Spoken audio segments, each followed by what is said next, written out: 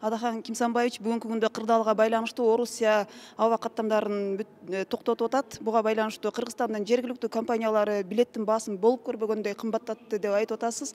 Эми ал жактагы биздин миңдеген мигрант мекендештерибиздин тагдыры кандай болот? Ушул билеттин баасын кыргыз өкмөтү көзөмөлдөй алабы? Кандай чараларды көрүш керек же болбосо сиз кандай сунуштарды айтасыз?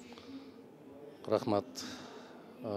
Бардык өлкөлөр ушундай оор кырдаалда өкмөттөр өз жарандарына көмөк көрсөтүү программаларын даярдап атат да, кыска мөөнөттөгү, орто мөөнөттөгү деп.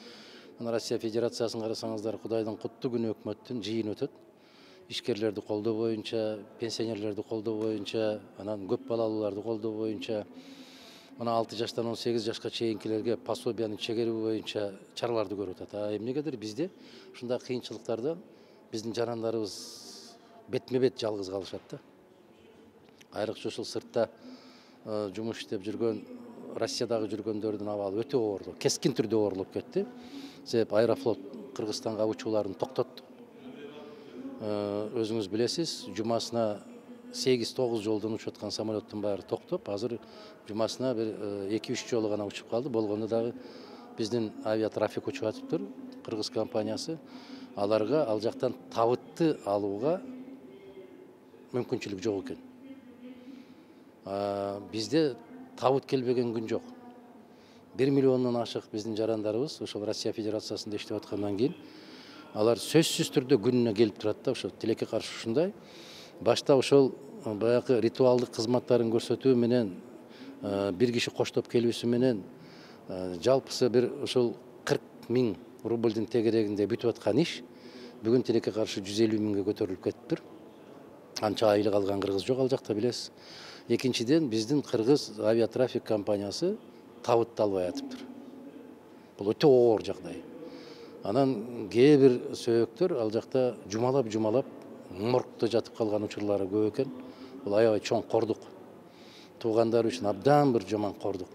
Мына ушуну мен азыр сунуш кылдым. Тийиштүү министрликтерди, жетекчиликтерди чакырып, бул маселени сөзсүз түрдө колго алышыбыз керек.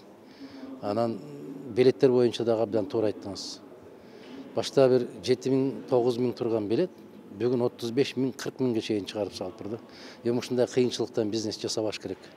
Ошол боюнча өкмөттүн көз карашы кандай экен жана кантип биздин жарандарга көмөк бере алат, ошолорду так угуу максатында бүгүн чакырып отурабыз түштөн кийин буюрса.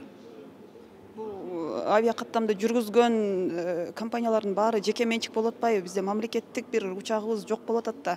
Анан маселенин чечүүнүн жолу барбы? Канчалык менчик болбосун, өкмөттүн, бийликтин өзүнүн бир рычагдары сөзсүз түрдө бар.